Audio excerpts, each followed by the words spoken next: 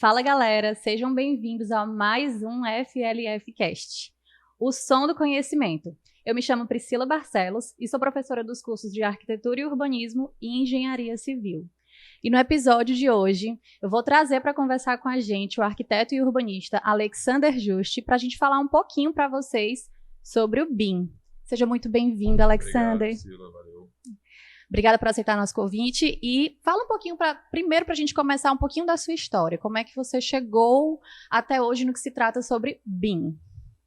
Estão preparados? Estou preparadíssima. A história é longa. Pode contar.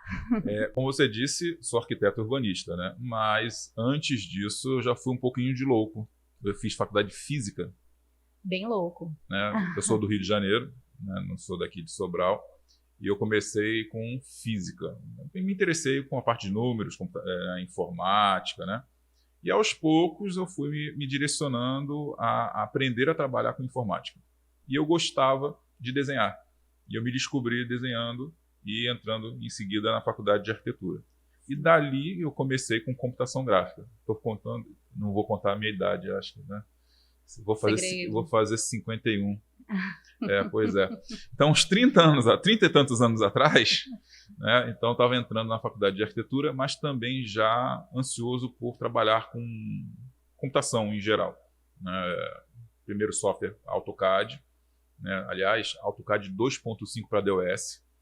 Você é usuário de AutoCAD? Qual a sua versão de AutoCAD que você começou a trabalhar? 2014. 2014? A minha foi na versão que o computador não tinha nem mouse. Como é que se mexe com AutoCAD sem mouse? Pois Complicado. A prova de certificação da Autodesk na época era com o monitor desligado. Você tinha que fazer um desenho via teclado.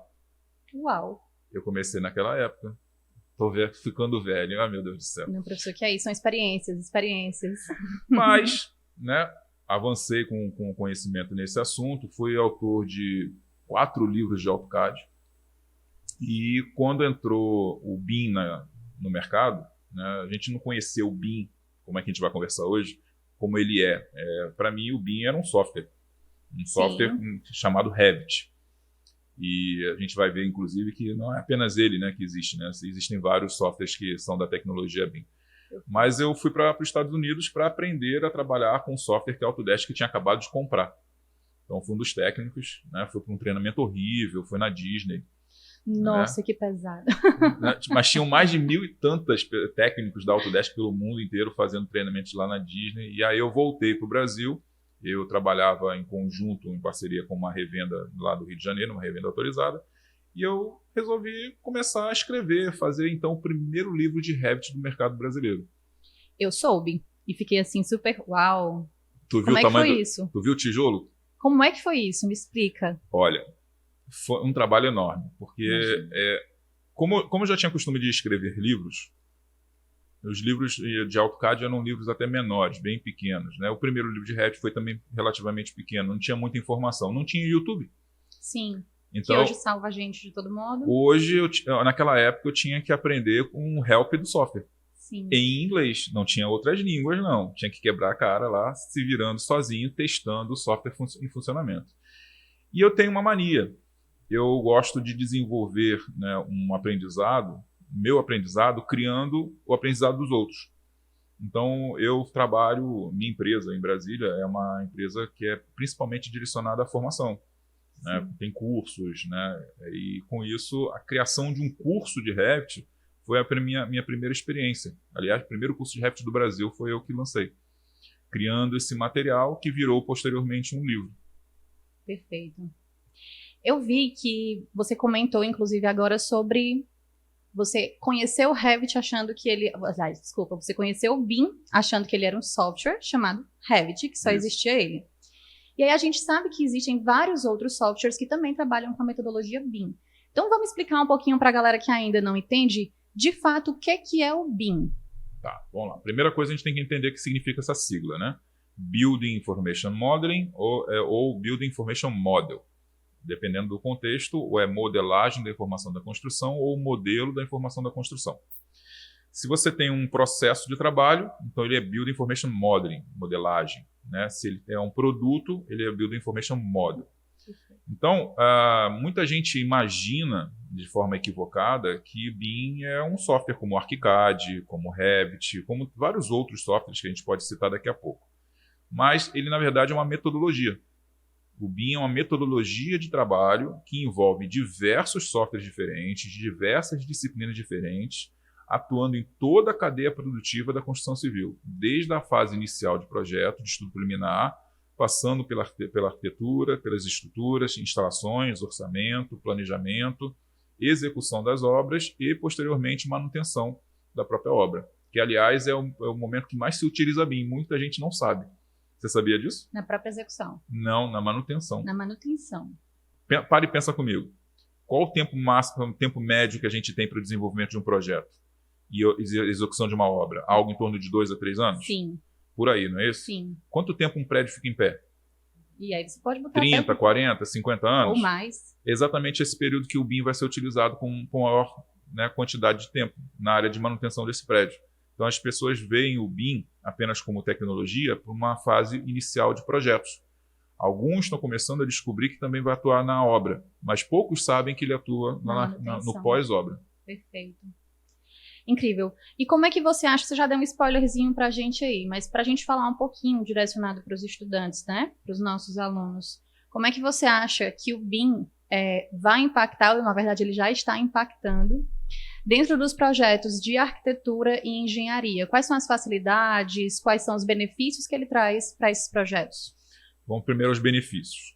A primeira coisa que a gente faz é um comparativo com a metodologia antiga, comparando então com processos de trabalho antigos e tecnologias mais antigas. Então hoje, né, a gente praticamente conhece trabalhos baseados em CAD, com o famoso AutoCAD. Né? Não que apenas só ele exista como software CAD, mas é o principal software de CAD que existe no mercado. E ele é um software que é basicamente 2D.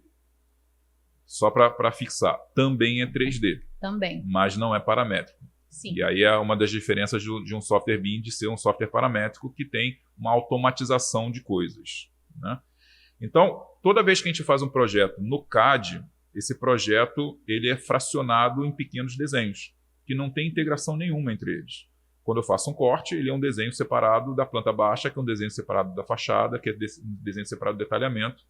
E um projeto tem vários desenhos que só fazem parte do mesmo contexto do projeto, mas não estão interligados em nenhum momento. Quando há uma necessidade de mudança, eu sou obrigado a procurar desenho por desenho e sair fazendo mudanças. E aí entra o fator humano. O fator humano que a gente acaba esquecendo alguma coisa, né, cometendo algum erro, né, fazendo de um canto e não fazendo do outro. E esses erros geram despesas, geram prejuízos na construção civil. Já foi medido na revista Construção, há um tempo atrás, não me lembro qual foi a edição, mas eles fizeram uma pesquisa no Brasil em relação a perdas, em geral, em relação à falta de compatibilização e gestão de projetos. A faixa de perda era de em torno de 30%. Quer dizer, a cada obra de R$1 milhão, 300 mil é jogado no lixo por falta de gestão e compatibilização de projetos. E muito por conta do trabalho em CAD. E muito por conta do trabalho não colaborativo. E agora vamos falar do BIM. O BIM é totalmente diferente disso. A gente trabalha, primeiro, em 3D. Segundo, a gente é obrigado a trabalhar de forma colaborativa e integrada. Todos os projetistas trabalhando ao mesmo tempo. Diferente do CAD, que é um processo sequenciado, primeiro o arquiteto, depois o engenheiro civil, depois o engenheiro de instalações, depois o orçamentista. No BIM é obrigado a trabalhar todo mundo ao mesmo tempo, porque os resultados vão ser um trabalho em comum entre todos eles. Vão gerar um trabalho em comum e sai totalmente compatibilizado ao final. Então ele é mais ágil, é mais rápido e gera melhor qualidade, porque está tudo integrado. Se eu faço uma mudança no projeto, ele replica essas mudanças nos cortes, nas vistas, até mesmo no quantitativo que o orçamentista vai usar, ele vai ter essa tabela já atualizada. Então, ele gera mais garantias de qualidade e automaticamente menos prejuízos na construção civil. Ganha tempo e deixa de perder dinheiro também, né? Com certeza. Deixa eu ver se a gente tem aqui, deixa eu ver não, eu sei que a gente já tem uma pergunta para passar para você dos nossos alunos, que seria quais os motivos para já estudar o BIM dentro da faculdade, na formação acadêmica? Boa pergunta. Teve uma pesquisa recente do BIM Fórum Brasil, Existem algumas associações de BIM já aqui no Brasil, né? CBIM, Câmara Brasileira de BIM, que inclusive eu sou criador e fundador. Existem em outros estados. Ainda aqui no Ceará ainda está embrionário. Então já fica um convite aí para a gente abrir essa associação aqui no Ceará. E o BIM Forum, tem a BIM também em outros estados, e a BIM Forum, que é uma das mais fortes. E eles fizeram uma recente pesquisa no mercado nacional e algo em torno de 45% dos escritórios brasileiros já usam BIM em algum estágio.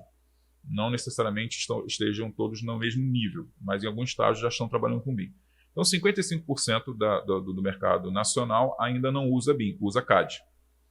Então, a gente vê que existe uma grande demanda para trabalhar com BIM, até por conta de uma movimentação dos governos, principalmente do governo federal. A gente tem decretos federais, né, assinados por presidentes que já passaram, né, o presidente Temer na época, ex-presidente Temer, ex-presidente Bolsonaro, assinaram decretos com o poder de disseminar o BIM pelo Brasil. E isso foi levado para estados e também alguns municípios, que também geraram seus próprios decretos. E atualmente a gente tem a alteração da Lei de Licitações, que substitui a Lei 8666, que era a principal lei de licitações, que tem um artigo específico sobre BIM para uso preferencial.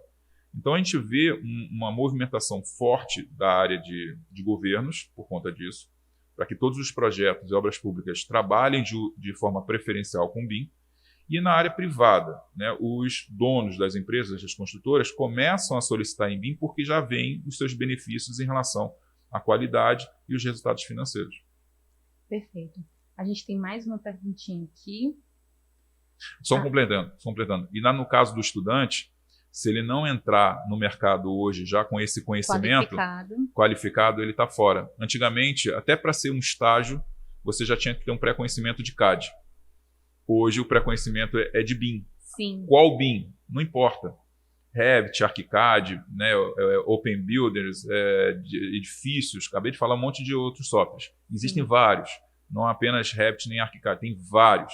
Nem posso dizer quem é melhor do que quem. É uma questão de gosto e às vezes é uma questão apenas financeira, né? Então é uma questão de escolha, mas tem que aprender a trabalhar com um software. Você respondeu inclusive a pergunta, que era a pergunta de um aluno, justamente falando sobre qual melhor, qual escolher, quais as diferenças entre o ArchiCAD e o Revit. Olha, eu sou usuário de Revit, né? Então trabalho com Autodesk há 30 anos mais ou menos. Sim. Então eu não posso detalhar como se usa um ArchiCAD, mas eu conheço o ArchiCAD e posso dizer, é um maravilhoso software. Não deixa perder em nada, né, ao Revit. Eu posso considerar que eles têm características diferentes. Por mais que eles sejam softwares BIM e que façam praticamente a mesma coisa, eles têm características diferentes de trabalho. O Revit é mais burocrático, o ArchiCAD é mais ágil. Mas apesar do Revit ter burocracia, essa burocracia te gera mais organização, coisa que no ArchiCAD você acaba podendo se perder por falta de organização. Então é uma questão de gosto. Mas o produto final os dois entregam o mesmo Sim, produto. É um detalhezinho ou outro que um faz, o outro não faz, né, que acaba sendo, volto a dizer, uma questão de gosto pessoal escolher um software ou outro. Mas todos os dois são ótimos softwares. Perfeito. Você tocou num ponto importante que fala justamente sobre esse assunto que a gente tocou de já iniciar a formação do BIM dentro da academia, né, dos estudantes já começarem isso dentro da academia. E assim, nos nossos cursos de arquitetura e engenharia civil, a gente já tem uma disciplina sendo ofertada de Revit, e é muito importante que a gente deixe claro para os nossos estudantes como eles têm que chegar capacitados, até mesmo para os estágios. A gente vê que muitos estudantes hoje, ou muitos alunos reclamam, fazendo até aqueles memezinhos na internet. Para você ser estagiário de arquitetura, você tem que ter domínio do AutoCAD, do Revit, do SketchUp, do V-Ray, saber voar, saber pilotar uma BMW. A gente tem essas brincadeirinhas. E eu sempre costumo falar para os meus alunos o quão é importante não você esperar para chegar no estágio ou chegar no mercado de trabalho para se preparar, né? Até porque a gente sabe que os empreendedores, os empresários, eles não vão parar o seu tempo de trabalho para ensinar um estagiário do zero. Então, minimamente, os estagiários eles têm que chegar, sim, com algum conhecimento, alguma qualificação de diferentes softwares, porque aí cada escritório tem sua preferência, como você falou, mas eles têm que sim chegar com algum conhecimento para eles poderem ofertar isso de volta para o escritório e conseguirem né, esse estágio que é muitas vezes sonhado, batalhado, lutado. Você tem que conciliar ali entre faculdade, o estágio obrigatório ou o estágio não remunerado, enfim, aí tem o trabalho que já tem durante o dia. A gente sabe que é complicado. Então, por que não aproveitar esse tempo que você já está no processo de formação da academia e agregar valor, trazer mais esse conhecimento, que é um conhecimento, querendo ou não, eu não trato ele como meio, mas eu trato ele como fim, que ele vai fazer parte do seu profissional formado, né? Enfim, é isso. Vamos ver aqui o que a gente tem mais. O que a gente vai falar agora, até você já falou um pouquinho sobre os governos, né? Mas quais são as expectativas para o futuro de preparação, de crescimento, de exigências, de atualizações para o BIM? E aí você comentou um pouquinho que isso já está sendo implementado nos processos licitatórios, nas gestões municipais, federais. Vamos lá. Quem quiser pode buscar na internet o termo estratégia BIM-BR. A estratégia BIM-BR é exatamente a estratégia do governo federal, mostrando quais são as ações do governo federal em relação à disseminação do BIM no Brasil, que são várias ações. E eles tinham colocado, inclusive, um plano de ações que tinham datas, metas a serem cumpridas, e algumas já foram cumpridas. 2021, 2024... próxima, 2028, ainda vão ser cumpridas. E tendo como obrigatoriedade Marinha, Exército, Aeronáutica, DENIT e Aviação Civil. Os demais órgãos, há um convite a que sigam a mesma linha de raciocínio. Governos estaduais, vendo isso, vendo que era algo importante também para as suas obras, licitações, seus trabalhos, projetos, fizeram algo parecido. Copiaram e colaram o decreto federal, fizeram pequenas alterações e colocaram decretos estaduais. A gente já tem decretos do Rio de Janeiro, de Minas Gerais, de Santa Catarina, do Paraná, eu acho que do Rio Grande do Sul.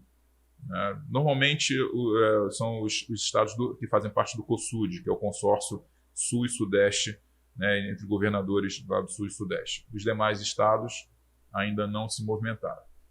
E temos também alguns municipais. Então, já temos Cachoeiro de Itapemirim, no Espírito Santo, Campo Grande, no Mato Grosso do Sul.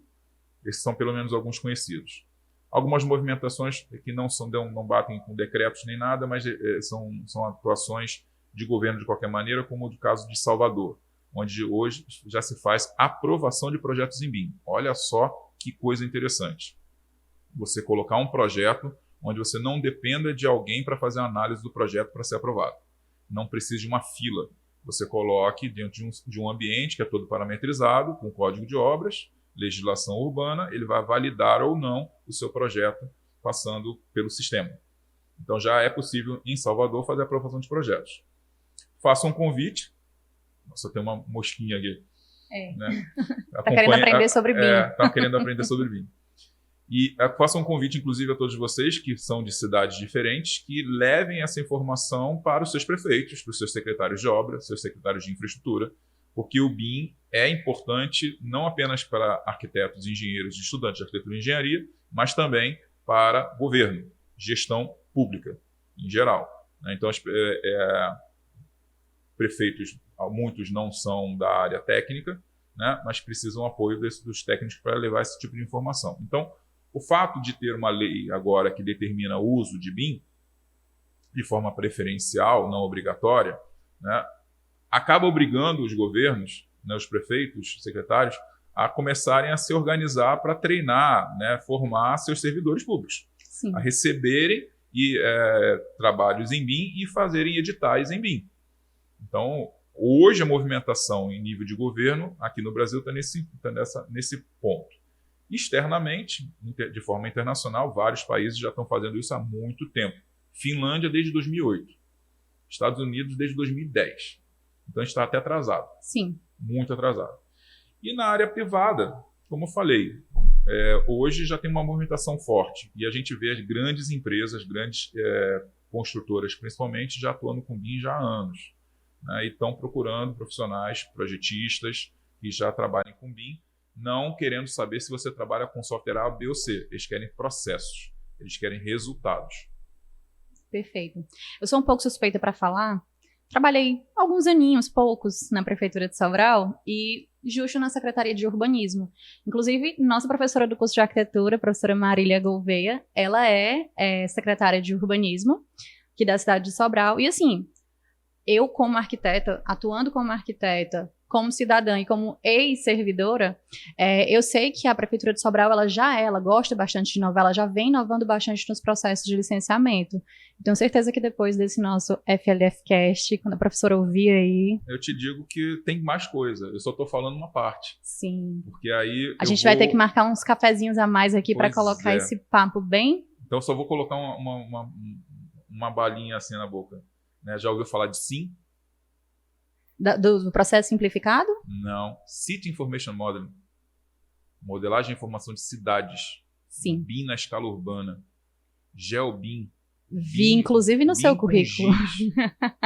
BIM vinculado com GIS, com o Sistema de Informação Geográfica, para fazer cidades em 3D, gêmeos digitais de cidades, para fazer gestão pública. Vou lembrar dos meus colegas do Núcleo de Geoprocessamento da CEU, mas acho que eles vão gostar bastante disso, viu? Então, novamente, secretário de Urbanismo, né, temos que conversar.